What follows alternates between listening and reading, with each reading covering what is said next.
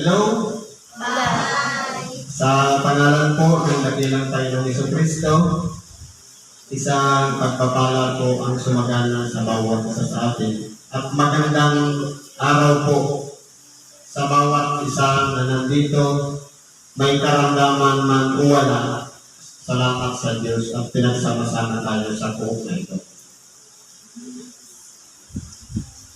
At sa mga baguhan po, una po, pinagkakalooban muna na magbahagi sa pamamagitan ng pakikiisa sa panalangin. At ang ikalawang bahagi ay ang pakikinig ng tinatawag na Ebanghelyo. Sapagkat kinakailangan kong palakasin muna ang pananalig. Sapagkat kung titingnan natin, dito wala namang doktor, walang albularyo, pero lahat ay gumagali sa pamamagitan ng pananampalataya. Ngayon po, meron tayong mga aralin. Ngayon po, pag-aralan natin yung isa pang aralin. Sabi po dito sa Ebanghelyo ng Apostol Juan, sa Kapitulo 11, versikulo 17 hanggang 27, ganito po. Kaya, nang dumating si Jesus, ay naratnan niyang 4 na araw na siya'y nalilibing. Sino po ba ito? Walang iba, si Lazaro. Ano po ba ang kwento ni Lazaro? Si Lazaro ay isang tao na may sakit, tagapitan niya, at kapatid niya si Maria at si Marta. Kumbaga, sabi nito, nagpasuko nga sa kanya ang mga kapatid na nagsabi, Panginoon, narito ang iyong iniibig ay may sakit. Kumbaga, yung closeness ng pamilya ni Lazaro at ng ating dakilang Panginoon. Kumbaga, sobra. Ano ang sabi ng ating dakilang Panginoon? O sabi dito, sabi ng Panginoon, ang sakit na ito'y hindi sa ikamamatay, kundi sa ikaluluwalhati ng Diyos upang ang anak ng Diyos ay luwalhatiin sa pamamagitan niyo. Sino na po ba sa atin dito ang dumanas ng mga karamdaman? Hindi po ba lahat naman tayo? Sapagkat ang tao ay marupok, may kahinaan. Kaya po nagkakaroon ng karamdaman. Pero ito pong si Lazaro, ang sabi dito, ng ating dakilang Panginoon. Si Lazaro na ating kaibigan ay natutulog. Ngunit ako'y paroroon upang gisingin ko siya sa pagkakatulog. Sabi niyo, sinabi ng mga alagad sa kanya, Panginoon, kung siya'y natutulog, ay siya'y gagaling. Sinalita nga ni Jesus ang tungkol sa kanyang pagkamatay. Datapot sinasampantahan ng mga nila na ang sinita ay ang karaniwang pagkatulog. Kung baga nangyari, ang sinabi kasi termino ng ating dakilang Panginoon, si Lazaro ay natutulog.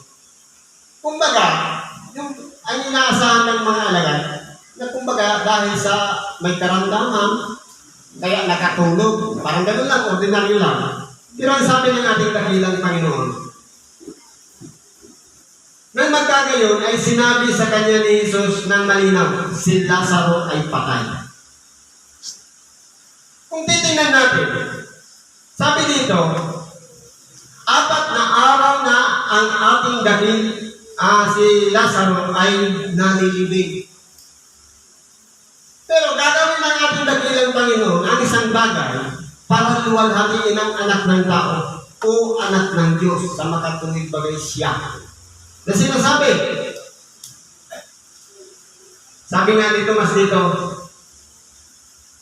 si Tomas nga na tinatawag na Didigo ay nagsabi, tayo'y magsiparon din naman upang tayo'y mga matay na kasama niya. Nung malaman nila na patay na si Lazaro dahil malapit yun sa ating dakilang Panginoon at lingkod din ng ating dakilang Panginoon, nung mamatay, pati si Lazaro, nakipagsimpatya din. Kung baga, iaalay na rin ang buhay para sa kamatayan. Kung baga, patay na lahat, patay. Pero ang ating dakilang Panginoon, nung nalaman niya, o nung nga si Lazaro ay 4 na araw ng nalilibing. Sabi dito, ang Betanya nga ay malapit sa Jerusalem na may layong 35 estadyo. At marami sa mga Hudyo ang nangakaparoon kay Marta at kay Maria upang sila'y aliwin tungkol sa kanilang kapatid. Si Marta nga, nang marinig niyang si Jesus ay dumarating, ay lumayaon at sumalubong sa kanya. Ngunit si Maria ay nanatiling nakaupo sa bahay. Sinabi nga ni Marta kay Jesus, Panginoon, kung ikaw sana'y narito, di sinang kapatid ko ay hindi namatay. Pansinin po natin ang kwento. Hindi ba lahat tayo ay dumanas na ng mga karamdaman? Pagka minsan nga, ordinaryo lang na mga sakit, minsan malala. Pero dumating na ba sa punto nag-aagaw buhay tayo? Na kumbaga, nahirapan ng i-balance yung hangin, yung dugo, bumaba na, yung temperatura, nawala na. Kumbaga, nasa bingit na ng kamatayan. Pero bakit ang ginawa dito ni Marta? Kung ikaw sana'y narito, disin siya'y hindi namatay. Bakit? Nasa isipan nating mga tao, ang sisihin natin ang Diyos. Siguro, sasabihin natin sa ating sarili, kung nakilala ko sana kaagad si Kristo, malamang hindi ako nagkaroon ng karamdaman. Ikasalanan po natin yan, kaya tayo nagkaroon ng karamdaman dahil sa ating sarili kapabayaan.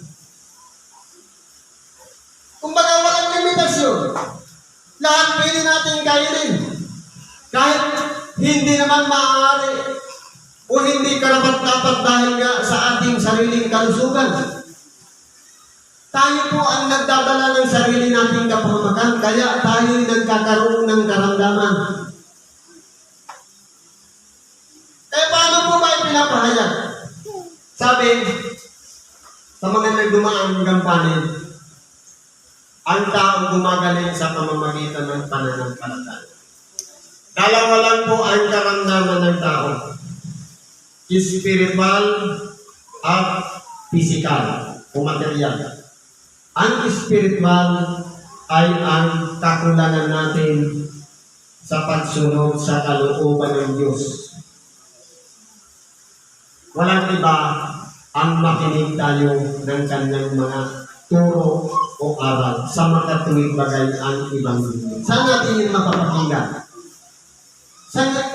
Dati, sa simbahan, dito sa templo.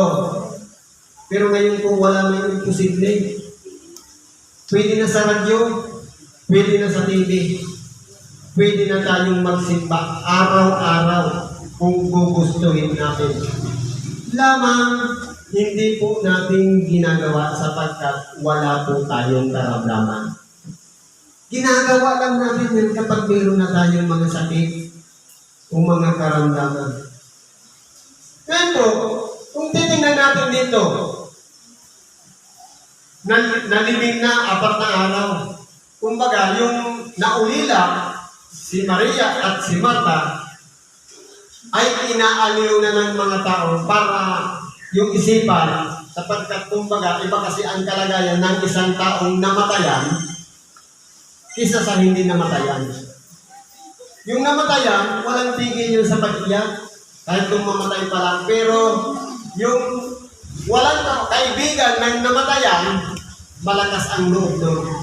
Kaya makakapag-advise siya ng mga mabubuting bagay upang aliwin, mag-convert yung mga paghihirap o mga dinanas na pagpupuyat, nung siya'y nakaburol, o kaya nung siya'y nawalan ng hininga, yung oras at pagod mapawi man lamang sa pamamagitan ng pangalim. Lalo-lalo na kung hindi na nakita at nang nailibing na. Sabi nito, at ngayon man may nalalaman ko na anumang hingin mo sa Diyos ay ipagkakaloob sa iyo ng Diyos. Yan po ang sagot ng ating dakilang Panginoon. Sa kabila ng sinabi ni Martha, na sinasabi, kung ikaw sana'y narito dising, hindi siya namatay. Pero ang sagot ng ating dakilang Panginoon, hindi niya sinabi, huwag mo akong sisihin. Ang sabi niya, at ganyan manamay nalalaman ko na anumang hingin mo sa Diyos ay ipagkakaloob sa iyo ng Diyos. Kung tayo po kaya, kausapin ang ating dakilang Panginoon. Naramdaman na natin ang pagkalinga ng Diyos sa pamamagitan ng pagkahari niya sa ating kalooban, sa ating pag-iisip at puso. Sabihin sa atin, anumang hingin mo ipagkakaloob sa iyo. Gaano kaya? Kagalak ang ating sariling kalooban kapag maramdaman natin na ibulong sa atin. Ano mang hingin mo ipagkakaloob na sa iyo? Sapagkat nandiyan na, katabi na, kumbaga sabi nga, kapiling na mismo ni Martha ang ating dakilang Panginoon. Ikapiling na rin natin ang aral at mismo ang presensya ng ating dakilang Panginoon sa ating buhay na bumubulong anuman ang hingin mo ipagkakaloob sa iyo. Sinabi sa kanya ni Jesus, magbangon uli ang iyong kapatid. Bagamat sinisi siya, positive o kaya positive ang sagot ng ating dakilang Panginoon.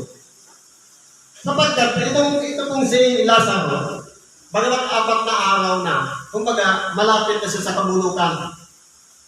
Pero, ibabangon po ito ng ating dakilang Panginoon. Kumbaga, sa kalagayan ng tao dahil minsan hindi pa nangyari na buhayin ang isang patay mula sa 4 na araw ng pagkakalibing, sinampalatayanan po yan ni Martha. Sabi dito, si Martha ay nagsabi sa kanya, nalalaman ko na siya ay magbabangon uli sa pagkabuhay na mag-uli sa huling araw. Naunawaan ni Martha, pero kumbaga, in the future pa, sa pagbabalik ng anak ng tao sa makatuwing bagay ang ating dakilang Panginoon. Pero ang sinabi ng ating dakilang Panginoon, yung oras mismo na yun, ibabangon siya. Kaya kung tayo man po ay dumaranas ng bingit ng kamatayan, tayo man ay dumaranas ng mga paghihirap sa pamamagitan ng ating mga karamdaman, kapag binulungan tayo na ngayon mismo pagagalingin ka na, ano kaya ang maisusuklit natin sa Diyos? Pasalamat tayo yung mga tao na namulat na pagkatapos na pagalingin ang kanyang karamdaman at nakilala si Kristo, kahit magaling na andito pa rin nagpapatuloy, tumutulong na rin sa may mga karamdaman. Sa makatuwid, nagiging bahagi na upang ang layunin ng Diyos na ipangaral ang mabuting balita, tulungan ang may mga karamdaman, naging bahagi na tayo na gumagawa kasama ng ating dakilang Panginoon. Kaya tayo nandito na rin, tumutulong sa may mga karamdaman. Mapalad po ang taong ganun, nagabuksan ng pag-iisip at hindi na binalikan yung dati nating kalagayan nung tayo ay sakitin pa o palagi pa tayong may karamdaman. Ang tanong, bakit matagal na akong ikaramding, meron pa rin akong karamdaman? Marahil meron pa tayong nasusuway.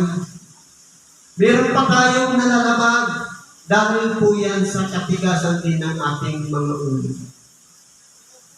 Kaya kung tayo po nakikilala natin ang Diyos, hindi po tayo palalapuan ng karamdaman. Sabi nga, ang karamdaman ay isang parang dalaw na kapag pinatuloy mo sa iyong bahay, inistima mo, hindi ka iiwan. Yan maninirahan. Isumakit lang ang ating ulo, inihiga natin. Ibig sabihin, mahal na mahal natin ang pananakit ng ulo. Anong dapat natin gawin? Humanap tayo ng solusyon. Huwag natin aayunan yung pananakit ng ulo. Masakit na nga ang ulo, inihiga mo pa, hindi in-entertain mo yung karamdaman, sige, magbuhilo ka dyan. Diba ayaw natin yung may karamdaman, yung sumakit ang ating ulo, in-entertain natin, sa halip na paalisin ang sakit ng ulo, solusyonan kung kailangan uminom ng tubig, kung kailangan uminom ng gamot. Bakit hindi natin ginawa? Kundi hinayaan pa natin na magpatuloy yung pananakit ng ulo. Ibig sabihin, kinuktok pa natin. Kaya kung tayo po, ayaw natin ng karamdaman, alam natin ang solusyon, bakit nakatuon tayo sa problema. Hindi natin iniinuman ng gamot. Nasa atin po yan, pagkakasala na natin yan.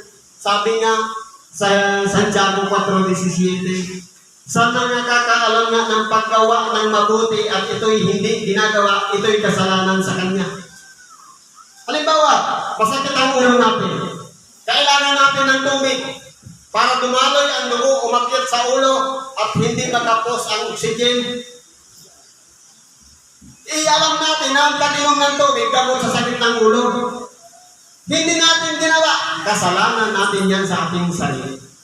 Dahil sa kakulangan ng kaalaman. Kaya ang karamdaman, hindi po tayo nililisan. Anong sabi ng ating dakilang Panginoon? Sinabi sa kanya ni Jesus, ako ang pagkabuhay na mag-uli at ang kabuhayan. Ang sumasampalataya sa akin, bagamat siya'y mamatay, gayon may mabubuhay siya. Sinabi ng malinaw ng ating dakilang Panginoon, ako ang pagkabuhay na mag-uli. Bakit niya binuhay si Lazaro? O bakit plano niyang buhayin si Lazaro? Sapagkat siya nga ang pagkabuhay na mag-uli. Sa makatungin, nasa kanya ang kapangyarihan ng buhay ng tao. Kung tayo ba ay pagagalingin sa ating mga karamdaman, o dudugtungan pa ang ating mga buhay, sa makatuwid, hawak ng ating dakilang Panginoon ang ating buhay. Nandiyan na yung mga pamamaraan, mga gabay, mga turo o aral, mga ibanghilyo ng sa ganun dapat lakaran ng tao. Pero ang tao bakit masuwayin? Nasusunod pa rin ang pita ng laman. Dahil po sa kakulangan ng pakikinig ng ibanghilyo sapagkat wala tayong oras sa pagsamba. Puro tayo trabaho, puro tayo pagpapagod. Nakalimutan natin meron palang utos na ipamili natin ang Sabat. Walang iba, yung pakikiisa natin sa pamamagitan ng pakikinig ng kanyang mga aral. Ito po yung panahon. Sa makatuwid, hindi lang puro panalangin, kundi kinakailangan din natin makinig ng salita ng Diyos sapagkat tayo po ay pagkakaluban yan ng panibagong buhay. Bagamat tayo nagkaroon ng karamdaman, nasa bingit man ng karamdaman, o nag-50-50 man, tayo ay bibigyan ng panibagong buhay. Nang sa ganon, bumalik na muli tayo sa dati nating kasiglahan na maayos at wala nang dinaramang mga sakit. Kaya po, ang sakit na yan, iwagsin natin. Salansanin natin yan, gawa yan ng Diablo. Tatakas siya sa inyo, sabi nga. Pero kung tayo po ini-entertain natin ang karamdaman, hindi po talaga tayo niyang iiwan. Ano bang sabi dito? Ang sumasampalataya sa akin, bagamat siya'y mamatay, gayon may mabubuhay. Kung tayo may pananampalataya sa ating dakilang Panginoon, mamatay man tayo, may buhay tayong haharapin doon sa tinatawag na buhay na walang hanggan. At ang sino mang nabubuhay at sumasampalataya sa akin ay hindi mamamatay magpakailan na. Sa pagkatuwid may kasiguruhan tayo. Dalawa po ito. Ang sino mang sumasampalataya bagamat namatay ay may mabubuhay. At ang sino mang nabubuhay at sumasampalataya ay hindi mamamatay. Sa pagkatuwid may kasiguraduhan ang ating mga sarili. Kaya unahin natin yung pananampalataya bagamat ang hangganan ng ating buhay ay kamatayan, meron pa tayong pag-asa doon sa buhay na walang hanggan. Pero sa mga nabubuhay sa ating dakilang Panginoon at sumasampalataya, sigurado din ang ating kalagayan na papunta tayo doon sa buhay na walang hanggan sa piling mo.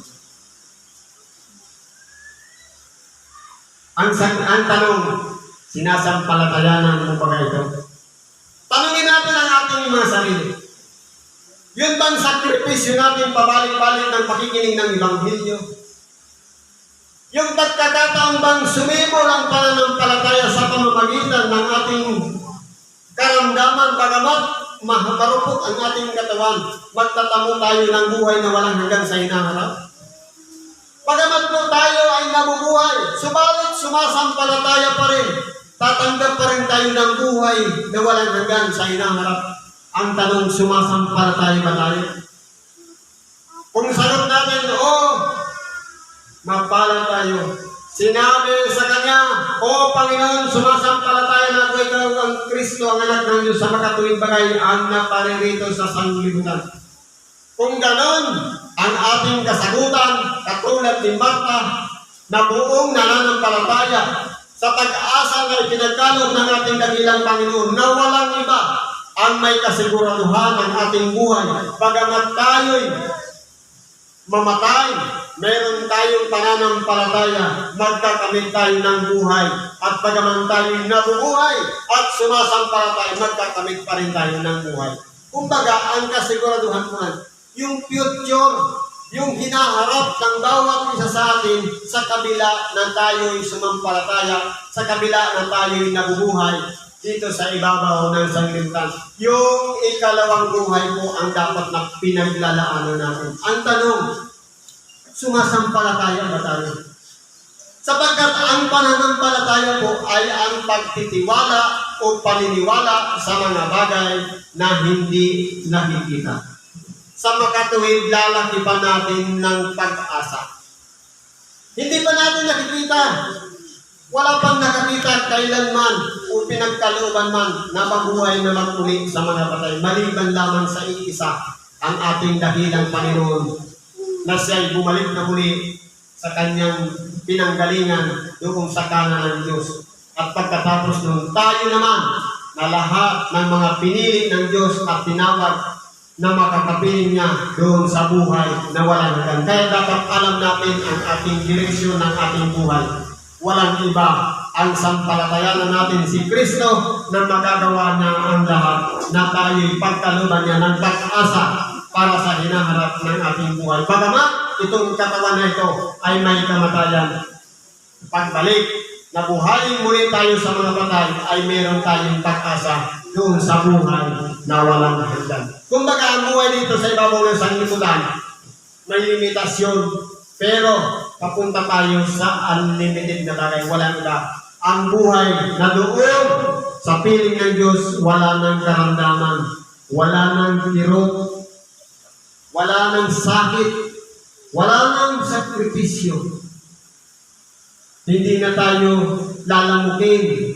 Lahat tayo doon ay makakapiling ng Diyos sapagkat lahat ng mga nagpapahirap sa atin ngayon ay mawawala na yan doon sa buhay na walang hanggan. Yan lang muna ang may babahagi natin sa oras na ito. Salamat po at pagpalain tayo ng Diyos. Ano man ang ating mga karaingan, kahilingan sa Diyos, karamdaman man yan o problema, hingi natin ng buong puso at ipagkakaloob sa atin ng Diyos sa ngalan ni Kristo. Salamat at mapagpalang tanghali sa bawat isa.